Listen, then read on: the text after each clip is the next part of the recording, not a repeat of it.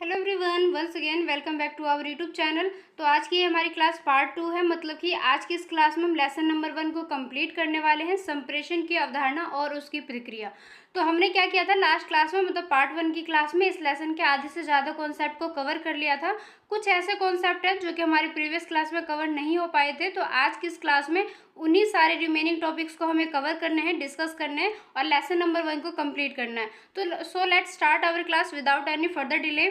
तो आज की ये जो हमारी क्लास है यहाँ से स्टार्ट होने वाली है संप्रेषण का महत्व। तो इससे पहले के जितने भी कॉन्सेप्ट है सारे प्रीवियस क्लास में कवर हो गए थे। अगर आपने पार्ट 1 की क्लास नहीं देखी है तो पहले आप वो देखना। उससे क्या होगा कि आपको पहले बेसिक कॉन्सेप्ट पता चल जाएगा, क्योंकि आज की इस क्लास में हम डायरेक्टली सारे इंपॉर्टेंस टॉपिक को डिस्कस करेंगे। तो किसी भी इंपॉर्टेंस टॉपिक को डिस्कस करने से पहले आपको उसके बारे में बेसिक कॉन्सेप्ट या बेसिक जो उसके बारे में इंफॉर्मेशन रहता है वो आपको पता होना चाहिए, क्योंकि उससे ही आपके कॉन्सेप्ट स्ट्रांग हो पाते हैं, आपको सही तरीके से समझ में आते हैं। तो आज की हमारी क्लास का यही है टॉपिक जहाँ से हमें स्टार्ट करना है संप्रेषण का महत्व। अब सबसे पहले देखो संप्रेषण क्या होता है। संप्रेषण का मतलब है कम्युनिकेशन। जैसे कि मैं आपको क्लासेस प्रोवाइड कर रही हूँ, आप उसको सुन रहे हो, या चलो ये तो थोड़ा सा इनडायरेक्टली बात हो गया। मान लो आप घर में अपने फादर मदर या जो भी आपके सिबलिंग है, तो आप अपने घर में किसी भी व्यक्ति से बात करते हो या अपने फ्रेंड सर्कल में बात करते हो, तो कहने का मतलब ये है कि हम अपने बातचीत के द्वारा अपनी भावनाओं को, विचारों को या कोई भी इंफॉर्मेशन को सामने वाले पर्सन तक शेयर करते हैं। चाहे हम उस टाइम पे हैप्पी हो, सैड हो, या हमें कोई इन्फॉर्मेशन देना हो, कोई अपनी बात बतानी हो, तो किसी न किसी तरीके से हम क्या करते हैं, अपनी विचारों को, जो भी हम कहना चाहते हैं, जो भी हमारे मन में है, हम सामने वाले पर्सन तक बोल के, लिख के या जिस भी फॉर्म का हमें यूज़ करना होगा, हम उस मीडिया का यूज़ करके सामने वाले पर्सन को अपनी सारी फीलिंग शेयर करते हैं। तो कम्युनिकेशन का मतलब क्या हुआ, अपने सूचनाओं का, विचारों का या अपने भावनाओं को दूसरे व्यक्तियों के साथ में आदान प्रदान करना, मतलब कि शेयर करना। तो इसको हमने फर्स्ट क्लास में अच्छे तरीके से डीपली डिस्कस कर लिया था। यहाँ पे जस्ट मैं आपको रिवाइज करवा दी हूँ, तो आपको पता चल गया होगा संप्रेषण है क्या। तो संप्रेषण के बिना आज के टाइम में अगर हम बड़े बड़े कामों की देखें तो इम्पॉसिबल है। क्योंकि देखो, अगर 1 मिनट के लिए मान के देख लो कि अगर हम बोल ना सके या अगर हम लिख ना सके तो हम अपनी बातों को कैसे बताएंगे दूसरे वाले पर्सन तक, सामने वाले पर्सन को हम किस तरीके से बताएंगे। तो यहाँ पर क्या है, जो कम्युनिकेशन है काफ़ी ज़्यादा इंपॉर्टेंस माना जाता है। तो यहाँ पर काफ़ी सारे पॉइंट्स दिए गए हैं जिसके थ्रू हम ये समझेंगे कि संप्रेषण का महत्व किस तरीके से। ऐसे तो हमें बहुत सारे पॉइंट्स पता है, जैसे कि आप खुद भी समझते हो इस बातों को कि विदाउट कम्युनिकेशन के हम अपनी बातों को या जो भी हमें शेयर करना वो हम शेयर नहीं कर सकते। तो कम्युनिकेशन काफ़ी ज़्यादा इंपॉर्टेंस है। चलो कॉन्सेप्ट के तौर पर आपको समझ में आ गया, बट आपको एग्जाम के रिगार्डिंग भी तो अच्छे तरीके से करना, तभी तो आप एग्जाम में इस चीज़ को लिख के आओगे। तो आपको किस तरीके से लिखना है, सबसे पहले देखो जो फर्स्ट पॉइंट दिया गया है, व्यक्तिगत जरूरत। इसका मतलब क्या है कि जितने भी पर्सन है, जैसे आप हो गए, मैं हो गई, या आपके फैमिली मेम्बर्स हो गए, काफ़ी सारे अदर पर्सन हो गए, तो आदमी के डेली लाइफ में काफ़ी ज़्यादा ज़रूरत रहता है कि वो अपने डेली लाइफ में, दिनचर्या में, अपने खाना पीना हो गया या हमें कोई चीज़ शेयर करना, अपने सेवा हो गया, मतलब कि हमारी पर्सनल जो नीड्स है वहाँ पर हम अपने संप्रेषण के थ्रू ही आपस में शेयर करते हैं। इस वजह से जो हमारी व्यक्तिगत ज़रूरत है, जिसमें हमारा कम्युनिकेशन का काफ़ी ज़्यादा इंपॉर्टेंस है। अब एग्जाम्पल के लिए मान के देख लो, आपको खाना चाहिए, आप अपनी मम्मी से बोलोगे कि हमें खाना दो, आपने उनसे कहा तभी तो उन्होंने आपको खाना दिया।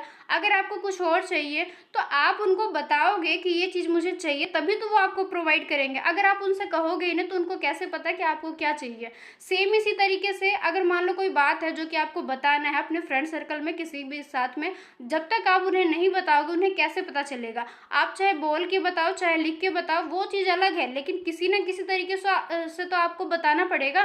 तो यहाँ पर क्या है, हमारे डेली लाइफ में जो कम्युनिकेशन है, जिसे हम बोलते हैं संप्रेषण, काफ़ी ज़्यादा इंपॉर्टेंस है। तो ये हमारे फर्स्ट पॉइंट था। उसके बाद में सेकंड है व्यक्तिगत संबंध। अब व्यक्तिगत संबंध का मतलब क्या है, जैसे कि देखो, आप अपने फ्रेंड सर्कल में आप एक फ्रेंड हो, अगर फैमिली की बात करें तो आप उनके बेटे भी हो, आप उनकी बेटी भी हो, या आप अपने सिबलिंग के साथ में ब्रदर हो, सिस्टर हो। तो यहाँ पर देखो कोई ना कोई एक रिलेशन बना रहता है हमारे समाज में, हमारा हर एक पर्सन के साथ में कोई ना कोई रिलेशन रहता है, चाहे हम कुछ भी लगे उनके, लेकिन एक रिलेशनशिप रहता है। तो यहाँ पर देखो हम अपने व्यक्तिगत संबंध को किस तरीके से मेंटेन रखते हैं या किस तरीके से अपने बातचीत के द्वारा अपने रिलेशनशिप को स्ट्रॉन्ग करते हैं। अब देखो, आपके फ्रेंड सर्कल में हो सकता है कोई आपका फ्रेंड हो सकता है कोई आपका बेस्ट फ्रेंड हो, तो वो बेस्ट फ्रेंड कैसे बना? आपके और उसके बीच में जो भी कम्युनिकेशन होता है वो स्ट्रांग होगा। आपके जो बीच में कम्युनिकेशन है, आप एक दूसरे को समझते हो या दूसरे तरीके से आपस में आपका जो बॉन्डिंग है काफ़ी ज़्यादा अच्छी है, इस वजह से आप उसके बेस्ट फ्रेंड हो। तो यहाँ पर देखो, अगर हमारा किसी फ्रेंड से अगर हमारा कोई बेस्ट फ्रेंड बना है, इसका मतलब क्या है कि हमारे आपस में व्यक्तिगत संबंध काफ़ी ज़्यादा स्ट्रॉन्ग है। तो ये स्ट्रॉन्ग कैसे बना? कम्युनिकेशन से ही बना। आप उसको कुछ बताते हो, वो आपको कुछ बताते हैं, तो यहाँ पर क्या हुआ, एक दूसरे के साथ में ट्रस्ट बना, एक दूसरे के साथ में स्ट्रॉन्ग बॉन्डिंग बन गई। तो इस तरीके से हम क्या कह सकते हैं, हम अपने व्यक्तिगत संबंध को, मतलब कि पर्सनल रिलेशनशिप जो हमारा लोगों के साथ में है, उसको हम स्ट्रॉन्ग रख सकते हैं या उसको मेंटेन करके रख सकते हैं। जैसे यहाँ पे देखो एग्जाम्पल के लिए भी दिया गया, उदाहरण के लिए एक माँ का अपने बच्चे को प्यार के साथ में सही और गलत की पहचान कराना और बच्चों को अपने वृद्ध माता पिता की सेवा करना। जैसे कि देखो, अपने सारे पेरेंट्स अपने बच्चों को गलत तो सिखाएंगे, उनको बताएंगे कि क्या सही है, क्या गलत है, क्या तुम्हें करना चाहिए, क्या नहीं करना चाहिए। तो इसकी पहचान क्या है? हमारे जो हमसे बड़े होते हैं वो हमें बताते हैं। इसका मतलब क्या है कि हमारे में आपस में जो व्यक्तिगत संबंध है वो कम्युनिकेशन के थ्रू मेंटेन किया जाता है या उसको स्ट्रॉन्ग बना के रखते हैं हम। उसके बाद में थर्ड पॉइंट है सूचना। अब सूचना का मतलब क्या है? जैसे कि देखो, अगर आपको कोई बात बताना हो, कोई इन्फॉर्मेशन है आपके पास में, वो इन्फॉर्मेशन हो सकता है काफ़ी ज़्यादा इंपॉर्टेंस हो, तो वो जो इन्फॉर्मेशन है उसको आप सामने वाले पर्सन तक शेयर करोगे तो कैसे करोगे? बोल के करोगे या लिख के दोगे? किसी भी फॉर्म का यूज़ करो, बट आप क्या कर रहे हो, सामने वाले पर्सन तक अपने सूचनाओं को शेयर कर रहे हो। तो यहाँ पर क्या हुआ, सूचना को जब आप शेयर करो तो आप क्या कर रहे हो, कम्युनिकेशन का ही तो यूज़ कर रहे हो, आप क्या कर रहे हो, संप्रेषण का ही यूज़ कर रहे हो। तो इस वजह से ये सूचना हमें जब भी देना होता है, आपस में शेयर करना होता है, रिसीव करना होता है, सेंड करना होता है, तो हम उस टाइम पे संप्रेषण का यूज़ करते हैं। इस वजह से संप्रेषण को इम्पोर्टेंस माना जाता है। अब यहाँ पे देखो एग्जाम्पल के लिए भी बताया गया है कि एक जो छोटा सा बच्चा रहता है, मान लो वो, उसको कुछ नहीं पता, तो वो धीरे धीरे क्या करता है, हर एक चीज़ पूछता है, ये क्या है, या ऐसा क्यों है, ऐसा क्यों नहीं है। तो क्या करते हैं, उनके साथ में जो भी रहे, उनका एक जो माइंड है काफ़ी ज़्यादा जिज्ञासा हो जाता है, उनको हर चीज़ जानने की इच्छा रहती है। तो वहाँ पर क्या करते हैं, हर एक चीज़ उनको बताते हैं ताकि उनको धीरे धीरे करके सब कुछ पता हो जाए। तो यहाँ पर हम क्या कर रहे हैं, सूचना को दूसरे के साथ में शेयर कर रहे हैं। आपस में बातचीत, जब भी हमें आपस में कम्युनिकेट करना हो किसी भी चीज़ पे, चाहे हमें गप्पे करना हो या यहाँ पे मान लो कि हमें मनोरंजन के लिए किसी भी टाइम पे अगर आप किसी के साथ में बैठे हो, तो वहाँ पर कोई ना कोई बातचीत चलता रहता है। तो हम बातचीत कर रहे हैं, तो वहाँ पे हम क्या कर रहे हैं, संप्रेषण का यूज़ कर रहे हैं। आग्रह, आग्रह का मतलब क्या होता है, इस प्रकार का संप्रेषण विज्ञापनों में, मतलब कि एडवर्टीजमेंट जो आते हैं उसमें देखने को मिलता है। एडवर्टीजमेंट को इस प्रकार से बनाया जाता है कि वो ज़्यादा ज़्यादा लोगों को पसंद आ जाए। विज्ञापन में इस प्रकार से ग्राहकों से आग्रह किया जाता है कि वो वस्तु को लेने के लिए मना ही ना कर पाए। अब देखो यहाँ पे आग्रह को काफ़ी इंपॉर्टेंस के रूप में बताया गया है।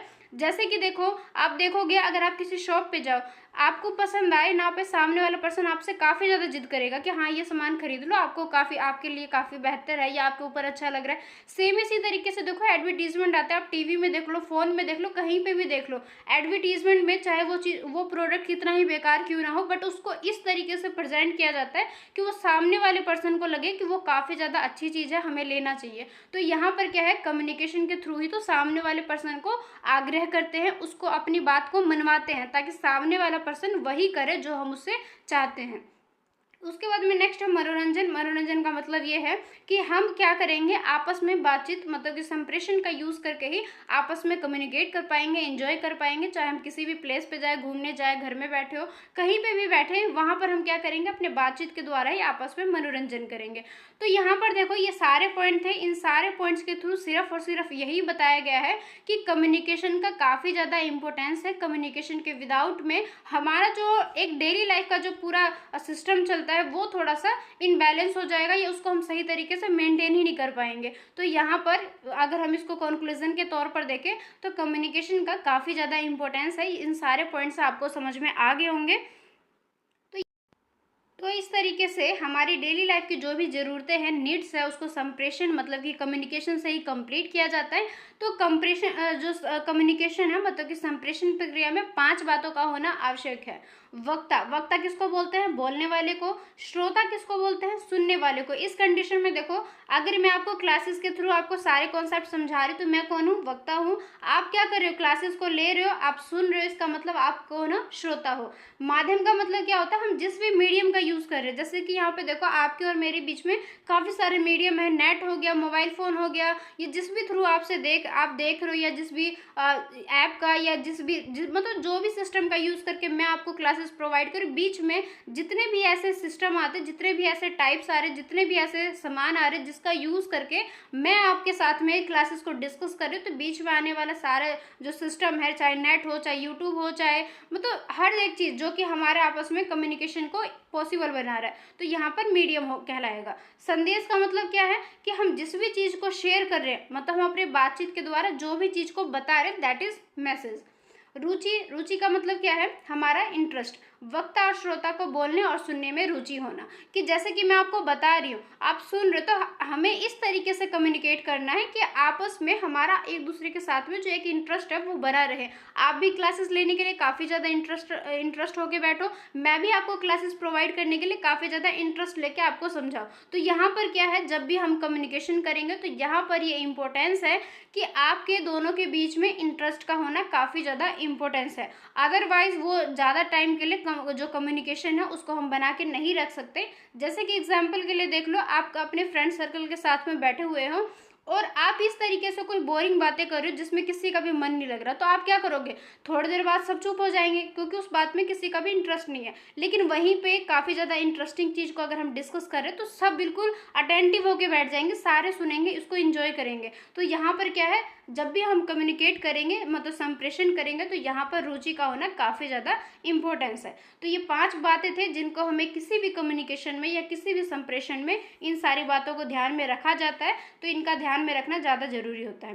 तो यहाँ पर देखो, सबसे ज़्यादा जो अहम भूमिका रहती है वो रहता है श्रोता की, सुनने वाले की, क्योंकि अगर वही नहीं सुनेगा तो फिर बताने का कोई मतलब कि फिर कोई इम्पोर्टेंस ही नहीं बचता। अगर आप क्लासेस को लोगे ही नहीं तो बनाने का क्या मतलब बनेगा? तो सेम वैसे ही है। तो यहाँ पे श्रोता मतलब कि जो लिसनर करने वाला व्यक्ति है, जो कि लिसन कर रहा है, सुन रहा है, उसको सबसे ज़्यादा इम्पोर्टेंस माना जाता है। देन उसके बाद में मीडियम को माना जाता है, क्योंकि मीडियम के थ्रू ही हम किसी भी चीज़ को भेजते हैं। इस तरीके से यहाँ पे उदाहरण भी दिए गया है, मतलब एग्जाम्पल दिया गया है। यदि आपने अपने मित्र को मोबाइल से संदेश भेजा कि रमेश, कल तुम्हारी उपस्थिति ऑफिस में अनिवार्य है, तुम समय से आ जाना।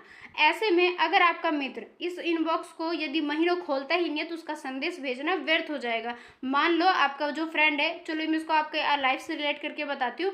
आपके किसी फ्रेंड ने मॉर्निंग में मैसेज किया कि आज हम मिलेंगे 1 बजे, मतलब जो भी टाइमिंग बताएंगे उस टाइम पे आपको मिलना है मुझसे। अगर आप मैसेज को देखोगे ही नहीं तो आप उस टाइम पे जा कैसे पाओगे? अगर मान लो टाइम बीतने के बाद आप मैसेज को देख रहे हो तो वो मैसेज तो वैल्यूबल रहा ही नहीं है, अब उसकी कोई इंपॉर्टेंस ही नहीं रहा। तो इस वजह से यहाँ पे श्रोता को सबसे ज़्यादा अहम भूमिका माना जाता है, या उसको सबसे ज़्यादा इंपॉर्टेंस दी जाती है।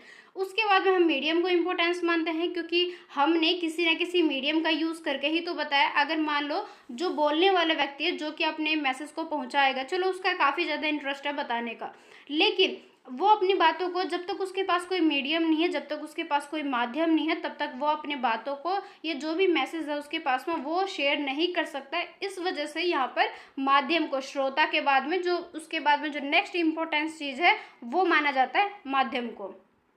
तो ये 2 पॉइंट हो गए। उसके बाद में देखो, मीडियम के बाद जिसको इम्पोर्टेंस माना जाता है भाषा।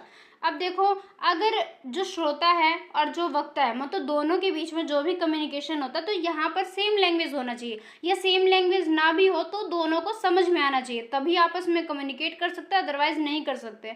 अब जैसे कि मान लो कोई ऐसा पर्सन है जिसे जो हम मतलब जिस लैंग्वेज में हम उसे बता रहे हैं वो लैंग्वेज की उसको समझ ही नहीं है, तो हम उसको चाहे कितना ही वैल्यूबल, कितना ही इंपॉर्टेंस मैसेज दे, उसको तो कुछ समझ में ही नहीं आएगा। तो यहाँ पर माध्यम के बाद में भाषा को भूमिका रहती है, भाषा को इम्पोर्टेंस माना जाता है, क्योंकि हम किसी न किसी लैंग्वेज का यूज करके ही अपने मैसेज को सामने वाले पर्सन तक पहुंचाते हैं। तो इस वजह से वक्ता और श्रोता की भाषा जो है बिल्कुल सेम होना चाहिए, तभी वो एक दूसरे के साथ में अच्छे तरीके से कम्युनिकेट कर सकता है, अपना इंटरेस्ट बना सकता है और लंबे टाइम के लिए आपस में कम्युनिकेट कर सकते हैं। तो इस तरीके से जो संप्रेषण है हमारी लाइफ का एक बेसिक पॉइंट बन जाता है, एक बिल्कुल बेस बन जाता है, जिसके आधार पर एक जो सफल कम्युनिकेशन है जिसे हम बोलते हैं इफेक्टिव कम्युनिकेशन, वो बनी रहती है ज़्यादा से ज़्यादा पर्सन के बीच में। तो आई होप ये क्लासेस आपको समझ में आ रहा होगा। मैं आपको एक बात बता दूं कि अगर क्लासेस के बीच में कहीं पे भी कोई ऐसा पॉइंट है जो कि आपको समझ में नहीं आया होगा तो प्लीज़ साथ साथ ही आप कमेंट कर लेना। मैं आपको कमेंट सेक्शन में ही वहीं पे आपको बता दूंगी, जो भी आपका डाउट रहेगा मैं वहीं पे क्लियर कर दूंगी। तो क्लासेस को इस तरीके से लेना कि आपको सारे कॉन्सेप्ट आ जाए। अगर एग्जाम में वो क्वेश्चन आता है तो आप उसको स्किप करके नहीं आओगे, आप उसको अटेम्प्ट करके आओगे। तो आपको क्या करना है, सारे कॉन्सेप्ट को सही तरीके से समझना। अगर कहीं पे भी कोई भी डाउट हो या कोई भी प्रॉब्लम हो, कोई भी अगर अलग चीज़ें या अलग से कॉन्सेप्ट आप समझना चाहते हो तो उसको आप कमेंट सेक्शन में कह सकते हो। मैं आपको तुरंत मतलब कुछ ही टाइम के बीच में मैं आपको रिप्लाई जरूर से कर दूंगी। तो यहाँ पर देखो, यहाँ तक हमारी क्लास कवर होगी। उसके बाद में देखो जो कम्युनिकेशन है जिसको हम बोलते हैं इफेक्टिव कम्युनिकेशन। अब जो इफेक्टिव कम्युनिकेशन में इसमें 7C मतलब 7C को इंक्लूड किया गया। काफ़ी ज़्यादा इंपॉर्टेंस है, यहाँ से एग्जाम में क्वेश्चन जरूर से आते हैं कि 7C किसे कहा जाता है। आपने वो सब्जेक्ट देखा होगा कम्युनिकेशन इन एवरीडे या कम्युनिकेशन, इन सभी में भी 7C को काफ़ी ज़्यादा इंपॉर्टेंस माना जाता है। बार बार इनके ऊपर एग्जाम आता है। तो सेम देखो, ये सब्जेक्ट हिंदी बट यहाँ पे भी दिया गया है, तो इसको काफ़ी ज़्यादा इंपॉर्टेंस लेना, इसको हाईलाइट कर लेना, काफ़ी ज़्यादा इंपॉर्टेंट पॉइंट है। तो देखो 7C का मतलब क्या है। सबसे पहले जो 7C का फर्स्ट C है क्रेडिबिलिटी, इसको बोलते हैं विश्वसनीयता। विश्वसनीयता का मतलब है कि आपस में विश्वास होना चाहिए, ट्रस्ट होना चाहिए। सेकंड है कॉन्टेक्स्ट, जिसको हम बोलते हैं संदर्भ। उसके बाद थर्ड है कंटेंट, जिसको हम बोलते हैं विषय वस्तु, कि हमारा जो टॉपिक है वो किसके ऊपर है। उसके बाद है क्लैरिटी, जिसको हम बोलते हैं स्पष्टता। कंटिन्यूटी एंड कंसिस्टेंसी, निरंतर होना चाहिए, बिल्कुल कंसिस्टेंसी होना चाहिए हमारे मैसेज के बीच में और बिल्कुल कंटिन्यू होना चाहिए।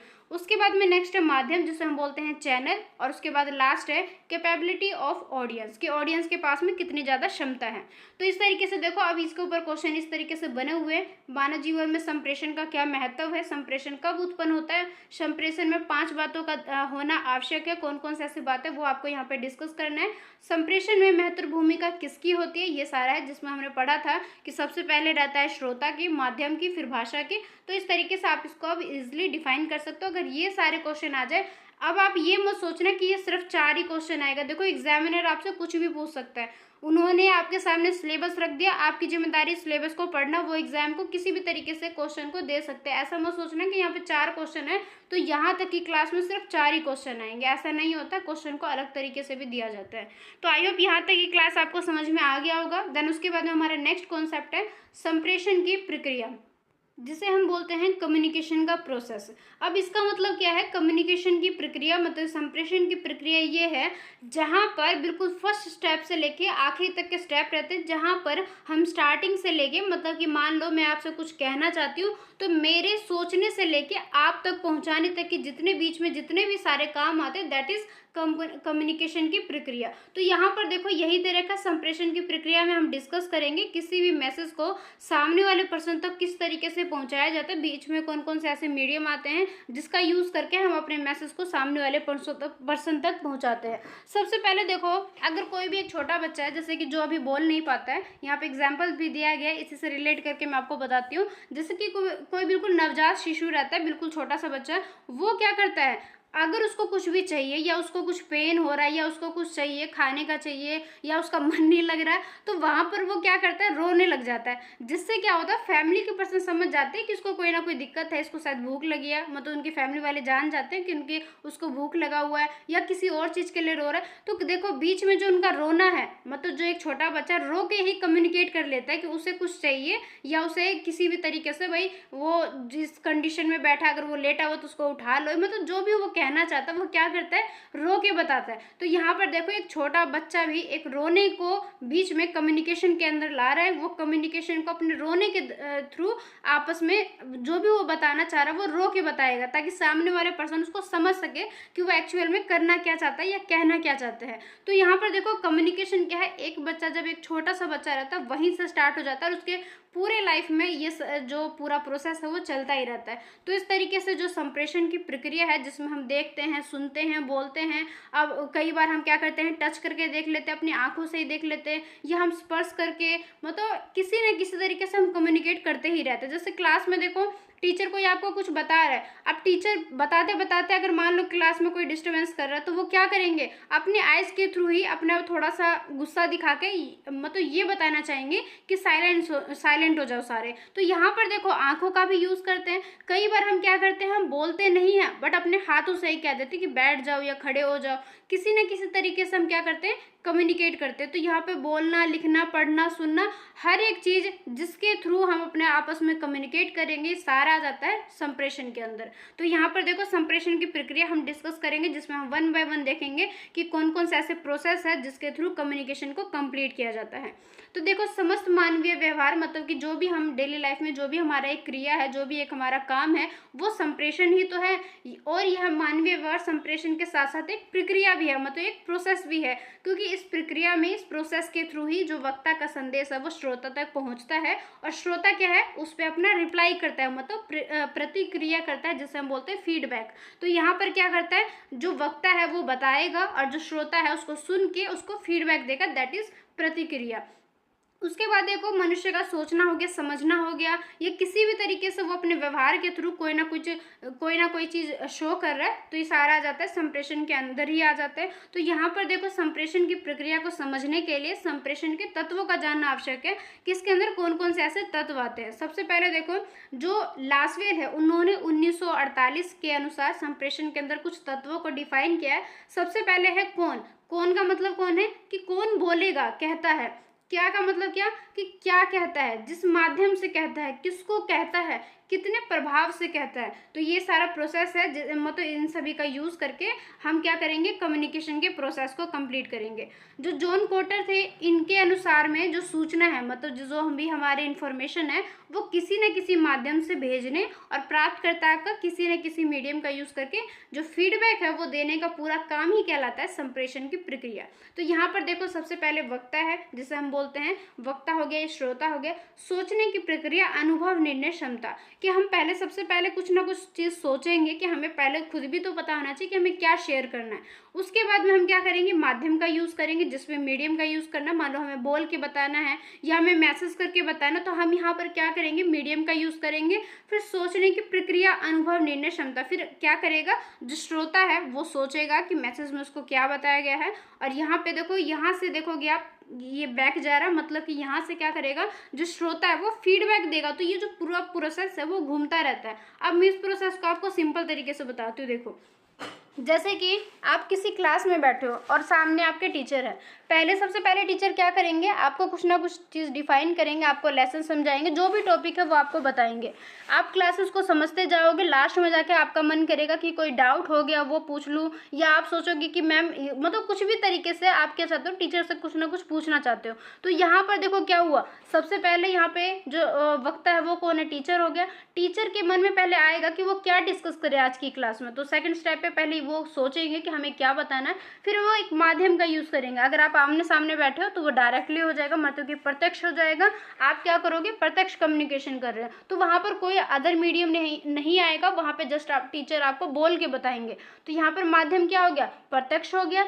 उसके बाद में उन्होंने आपको कुछ भी चीज़ समझाया, फिर आप सोचोगे, मतलब कि आप समझ भी दे रहे हो, जैसे अभी देख लो आप समझ रहे हो, मैं आपको बता रही हूँ, सेम वैसे देखो टीचर आपको बता देंगे, तो आप सोचोगे, आप सारे जो भी वो आपको डिफाइन करे, आप सभी को अपने मन ही मन में सोचोगे कि हाँ ये चीज़ आपको समझ में आ रहा है। हो सकता है कि बीच में आपको कोई डाउट हो गया, अब आप क्या करोगे, टीचर से वापस में फीडबैक में आप उनसे कुछ पूछोगे, या टीचर ही आपसे पूछेंगे कि आपको क्लासेस समझ में आ गया, आपको सारे कॉन्सेप्ट समझ में आ गए, तो आप फीडबैक में क्या कहोगे कि हाँ हमें ये सारे कॉन्सेप्ट समझ में आ गए।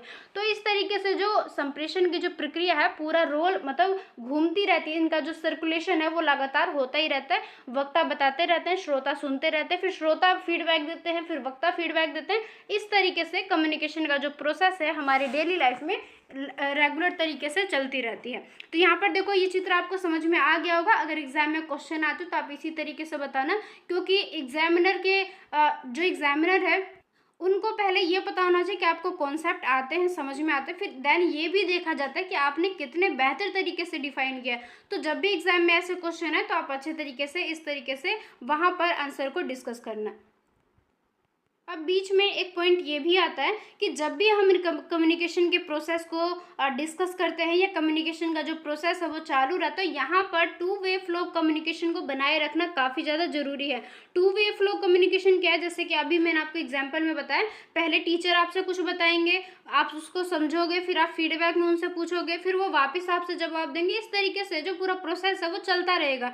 तो जहाँ पर भी कम्युनिकेशन में टू वे फ्लो कम्युनिकेशन है वो कम्युनिकेशन इफेक्टिव कम्युनिकेशन बनता है, क्योंकि जो एक तरफा कम्युनिकेशन है यहाँ पर गलत फहमी हो गया, गलत व्याख्यान की स्थिति उत्पन्न हो सकती है, मतलब क्रिएट हो सकता है यहाँ पे काफ़ी ज़्यादा कन्फ्यूजन। मान लो टीचर आपसे कुछ समझा रहे, उन्होंने अपने तरफ से बेस्ट तरीके से समझा, बट आपको हो सकता है कि कोई बीच में डाउट हो गया, अगर आप उनसे पूछोगे ही नहीं तो आपका जो डाउट है वो बड़ा डाउट बन जाएगा और इन फ्यूचर जाके वो कॉन्सेप्ट ही आपको समझ में नहीं आएगा। तो यहाँ पर कहने का मतलब ये है कि टू वे फ्लो कम्युनिकेशन को बनाए रखना काफ़ी ज़्यादा ज़रूरी है। अगर हम कुछ बता रहे तो सामने वाले पर्सन को फीडबैक करना ज़्यादा ज़रूरी है, तभी पता चल पाता है कि सामने वाले पर्सन को समझ में आया या नहीं आया। सेम इसी तरीके से देखो, मैं क्लासेस के एंड में हमेशा बोलती हूँ कि अगर आपके पास कोई भी सजेशन हो, कोई भी फीडबैक हो या कोई भी प्रॉब्लम हो तो जरूर से शेयर करना। ऐसा मैं इसलिए कहती हूँ ताकि बाय चांस अगर आपको कोई कंफ्यूजन हो तो आप उसको इजीली मुझे बता सको, ताकि मैं उसका सोल्यूशन कर सकूँ, या आपके पास कोई सजेशन है तो उसको मैं अपने नेक्स्ट क्लास में इंप्लीमेंट जरूर से करूँ। तो इस वजह से ये हमारी डेली लाइफ का एक मतलब काफ़ी ज़्यादा इंपॉर्टेंट पॉइंट है कि टू वे फ्लो कम्युनिकेशन को होना जरूरी है। इसके वजह से ही हमारा जो कम्युनिकेशन है वो इफेक्टिव कम्युनिकेशन बन पाता है, अदरवाइज बीच में प्रॉब्लम आ सकता है और हमारा जो कम्युनिकेशन है वो लेस इफेक्टिव हो सकता है। तो संचार जो है, मतलब कम्युनिकेशन जो है, हमारे जीवन को अर्थपूर्ण और जीवंत बनाता है। ये हमारे लाइफ का एक काफ़ी ज़्यादा इंपॉर्टेंट पार्ट है, क्योंकि जब भी हम पढ़ते हैं, सोचते हैं, संचार करते हैं तो हम अपने विचारों को किसी के सामने रखते हैं, तभी जाके जो संचार है वो कंप्लीट होता है। हम अपने विचारों को हो गया, कोई भी इंफॉर्मेशन हो गया, कोई भी इमोशन हो गया, इसको किसी न किसी के साथ में शेयर करते हैं, मतलब आदान प्रदान करते हैं, तब संचार होता है। यही नहीं, इवन हम सोते समय सपने देखते हैं, वो भी तो एक कम्युनिकेशन ही है, जहाँ पर हमारा जो माइंड है ड्रीम में ही जाके, सपने में ही जाके कुछ ना कुछ देखने को मिलता है हमें, तो वो भी क्या है, एक संचार का ही एक टाइप्स है, उसका एक पार्ट्स है। उसके बाद में देखो, अगर हम संक्षेप में बात करें, संप्रेषण प्रक्रिया में मुख्य रूप से निम्नलिखित तत्व जो सक्रिय रूप से भाग लेते हैं। सक्रिय का मतलब क्या होता है, एक्टिव रूप से भाग लेते हैं। सबसे पहले देखो, वक्ता एंड श्रोता हो गया। उसके बाद में हो गया वाणी को व्यक्त करने का कौशल हो गया, कि वक्ता जो है वो कितने इफेक्टिव तरीके से, कितने अपने स्किल का यूज करके सामने वाले पर्सन तक मैसेज को भेज रहा है। थर्ड पे आएगा संदेश, फिर माध्यम, श्रोता या प्राप्तकर्ता, संदेश पाने वाला, अनुक्रिया या प्रतिक्रिया, संदेश का संदर्भ, जीवन के प्रति वक्ता और श्रोता का दृष्टिकोण, श्रोता और वक्ता का जीवन मूल्य। अब यहाँ पर देखो, इन्हीं सारे पॉइंट को हम डिस्कस करते हैं। सबसे पहले देखो, वक्ता या श्रोता आ गया। जैसे कि पार्ट 1 की क्लास में भी मैंने बताया था, वहाँ पे भी ये प्रोसेस आया था। वक्ता या श्रोता कौन है? देखो, जब भी हम कम्युनिकेशन प्रोसेस का यूज़ करेंगे तो हम क्या करेंगे, मैसेज का, जब भी हम मैसेज को बताना चाहेंगे तो यहाँ पर किसी न किसी हमारा जो मोटिव रहता है, कोई ना कोई ऑब्जेक्टिव रहता है अपने मैसेज को शेयर करने का, क्योंकि अगर हम कुछ कहना ही नहीं चाहेंगे तो वहाँ पर हम मैसेज का यूज़ नहीं करेंगे। इस वजह से जब भी मैसेज को शेयर करने का मन करेगा तो सबसे पहले उसके पीछे कोई ना कोई ऑब्जेक्टिव रहेगा। मौखिक संप्रेषण में इसी स्रोत को, मतलब इसी जो ऑब्जेक्टिव है उसको वक्ता कहते हैं, और लिखित संप्रेषण में इसी स्रोत को हम बोलते हैं लेखक कहते हैं। यह स्रोत या वक्ता अपने विचारों को संप्रेषित करने का कार्य करता है। सेकंड दे रखा, वाक क्षमता या वाणी को व्यक्त करने का कौशल, कि वक्ता के अंदर अपने विचारों को, अपने भावनाओं को भाषा के द्वारा, मतलब किसी न किसी लैंग्वेज के द्वारा जब वो सामने वाले पर्सन तक बताएगा तो उसके अंदर देखा जाएगा कि उसके अंदर बोलने की कला कितनी है, मतलब उसके पास में स्किल कितना है समझाने का। अब जैसे कि कोई भी मैसेज को अगर हम शेयर करें तो वहाँ पर हम इस तरीके से शेयर करें कि सामने वाला पर्सन उसके प्रति एक्टिव हो सके, वो सही तरीके से उसको सुन सके और फीडबैक दे सके। तो यहाँ पर ये देखा जाता है कि जो वक्ता है, जो बोलने वाला पर्सन है, वो कितने एक्टिव तरीके से, कितने स्किल का यूज़ करके अपने मैसेज को सामने वाले पर्सन तक समझाने की कोशिश करता है या उसको पहुँचाने की कोशिश करता है।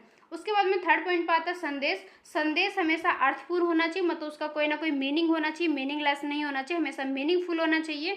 ये संदेश मौखिक हो सकता है, लिखित हो सकता है, आंगिक हो सकता है या सांकेतिक भी हो सकता है, मतलब कि हम बोल के भी कर सकते हैं, लिख के भी कर सकते हैं, या हो सकता है हम अपने साइन का भी यूज़ करें। अब साइन का मतलब क्या है, कई बार क्या होता है कि हम बोलते नहीं है ना हम लिखते हैं, हम जस्ट एक फेशियल एक्सप्रेशन के थ्रू ही अपने इमोशन को शेयर कर देते हैं कि हम हैप्पी है या खुश है या हम दुखी है, अपने एक्सप्रेशन के थ्रू ही बोल देते हैं, उसी को बोलते हैं हम सांकेतिक। भाषा में शब्द हो गया, वाक्य हो गया, प्रतीकों आदि के माध्यम से भी संदेश को किया जा सकता है। जैसे कि हम अपने फेशियल एक्सप्रेशन का भी यूज़ कर सकते हैं, अपने हाथों को भी एक्सप्रेशन के थ्रू बता सकते हैं।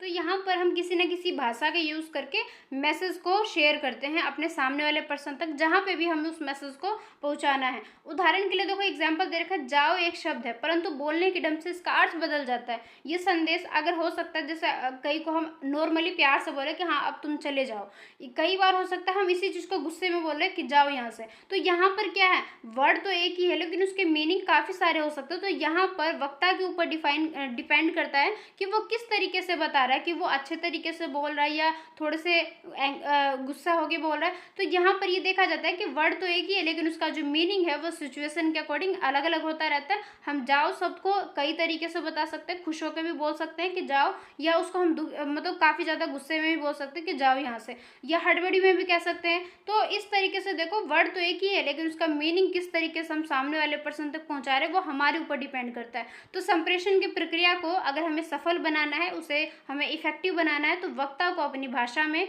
अपनी वाणी में तालमेल रखने की कला होना चाहिए, कि उसको सही तरीके से एक्सप्रेस करना आना चाहिए कि वो क्या करेगा, जो भी चीज़ बताना चाहता है उसको सही तरीके से बताएगा, तभी वो उसका जो कम्युनिकेशन है वो इफेक्टिव कम्युनिकेशन बन पाएगा। देन उसके बाद में नेक्स्ट है माध्यम। माध्यम का मतलब है मीडियम, कि वो कौन से मीडियम का यूज़ कर रहा है। मौखिक तरीके से बोल रहा है मतलब कि बोल के कर रहा है, लिखित में कर रहा है मतलब कि वो रिटर्न में कर रहा है। तो इस तरीके से किसी न किसी मीडियम का यूज़ करके ही कम्युनिकेशन को कंप्लीट किया जाता है। चाहे हम किसी भी मीडियम का यूज़ करें, हमारा जो मेन ऑब्जेक्टिव यही रहता है कि अपने मैसेज को सामने वाले पर्सन तक पहुंचाना। और आज के टाइम में इतना ज़्यादा डेवलपमेंट हो चुका है कि यहाँ पर हमारे पास काफ़ी सारे माध्यम है, काफ़ी सारे मीडियम है जिसका यूज़ करके हम कम्युनिकेशन कर सकते हैं। जैसे कि देखोगे आजकल रेडियो, टेलीविज़न, इंटरनेट, इतने सारे मीडियम आ चुके हैं कि किसी भी माध्यम का यूज़ करके हम अपने कम्युनिकेशन को इफेक्टिव कम्युनिकेशन में चेंज कर सकते हैं।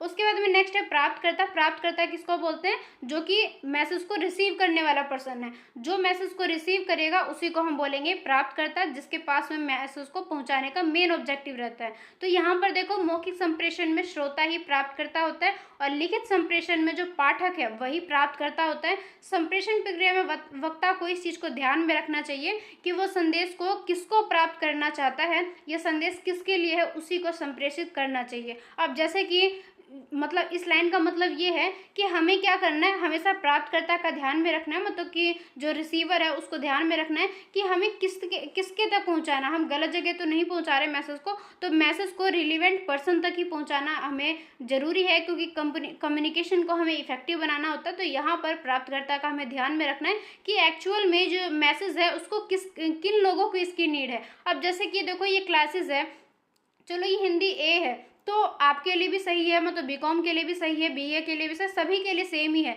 लेकिन मान लो अगर मैं स्पेशली एक बीकॉम सब्जेक्ट को डिस्कस करूँ, जैसे कि हमने इससे पहले कॉर्पोरेट अकाउंटिंग को डिस्कस किया था, तो उस क्लास को मैं अगर बीकॉम और बीकॉम ऑनर्स वाले स्टूडेंट को दूँ तो उनके लिए काफ़ी ज़्यादा हेल्पफुल है। लेकिन अगर मैं वही क्लास बीए वाले स्टूडेंट को शेयर कर दूँ तो उनके लिए तो इतना ज़्यादा यूज़फुल है नहीं, क्योंकि उनके लिए तो एग्ज़ाम के रिगार्डिंग वो सब्जेक्ट है ही नहीं उनके पास में। तो यहाँ पर क्या है, हमें अपने रिसीवर का ध्यान में रखना कि एक्चुअल में ये जो मैसेज है किसके लिए सही है, किसके लिए ज़रूरी है। तो यहाँ पर अपने रिसीवर को ध्यान में रखना ज़रूरी है कि जो भी मैसेज हम बता रहे हैं वो एक्चुअल में किन के लिए आज के टाइम में, मतलब कि किन के लिए ये ज़रूरी है, ये किन के लिए इनकी नीड्स है।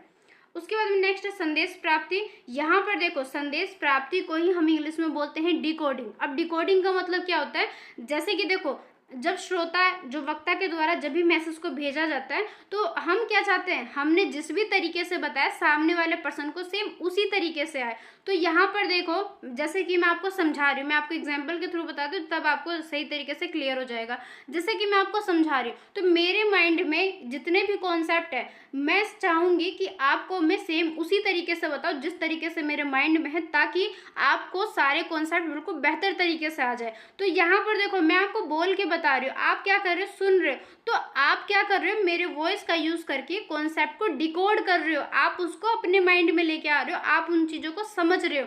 तो इसी को बोलते हैं हम डिकोडिंग। तो आई होप आपको समझ में आ गया होगा डिकोडिंग किसे कहते हैं। मैं दोबारा से रिपीट करती हूँ। जैसे कि देखो, जब कोई भी पर्सन आपको कुछ बता रहा है तो वो पर्सन क्या सोचेगा कि मैं आपको उसी तरीके से बताऊं जिस तरीके से आपको समझ में आए। तो आपको क्या करना है, डिकोड करना उस मैसेज को अपने मतलब माइंड में, अपने जो भी आपका एक मोटिव है उसको फुलफिल करना, ताकि आपको सारे मैसेज सही तरीके से समझ में आ जाए। उसके बाद में नेक्स्ट है अनुक्रिया या प्रतिक्रिया, जिसको हम बोलते हैं फीडबैक। यहाँ पर देखो जो वक्ता और जो श्रोता है उनके कम्युनिकेशन को हम इफेक्टिव कम्युनिकेशन तभी बोलते हैं जब उसमें फीडबैक आता है। फीडबैक का मतलब क्या है, सुनने वाला पर्सन रिप्लाई में कोई जवाब देगा या कोई सजेशन देगा या किसी भी चीज़ को पूछेगा, उस वही कहलाता है फीडबैक। मतलब जवाब में उसने कुछ ना कुछ मैसेज को पहुँचाया बोलने वाले पर्सन तक। तो आमने सामने का जो भी कम्युनिकेशन होता है तो यहाँ पे प्रतिक्रिया तुरंत हो जाता है। जैसे कि अगर आप स्कूल में बैठ के क्लासेस लेते थे, या आप अगर मान लो कॉलेजेस में ही क्लास में बैठ के अगर आप क्लास लोगे, मतलब कि फिजिकल रूप से किस टीचर आपके सामने है और आप भी प्रेजेंट हो, दोनों आपस में आमने सामने प्रेजेंट है, उस कंडीशन में जब भी आप कम्युनिकेट करोगे, मान लो टीचर आपसे कुछ भी कह रहे हैं, आप उसको सुनोगे और जैसे ही आपको कुछ भी पूछना होगा आप क्या करोगे, तुरंत से उनको बोल देंगे, वो तुरंत से आपको जवाब देंगे। तो यहाँ पर देखो जो प्रत्यक्ष कम्युनिकेशन है, मतलब कि जो डायरेक्टली कम्युनिकेशन होता है, यहाँ पर फीडबैक तुरंत हो जाती है। लेकिन जैसे कि अगर हम दूर दूर बैठे हैं या हम इनडायरेक्टली रूप से कम्युनिकेशन करें तो उस कंडीशन में प्रतिक्रिया में थोड़ी सी गड़बड़ी हो सकती है या प्रतिक्रिया थोड़ी सी लेट हो सकती है। तो लेकिन यहाँ पर जो प्रतिक्रिया है ये लास्ट स्टेप माना जाता है, जहाँ पर इसको कम्युनिकेशन के प्रोसेस में इंक्लूड किया जाता है कि प्रतिक्रिया के थ्रू ही पता चलता है कि हमारा जो कम्युनिकेशन है वो कितना ज़्यादा इफेक्टिव हो पाया है।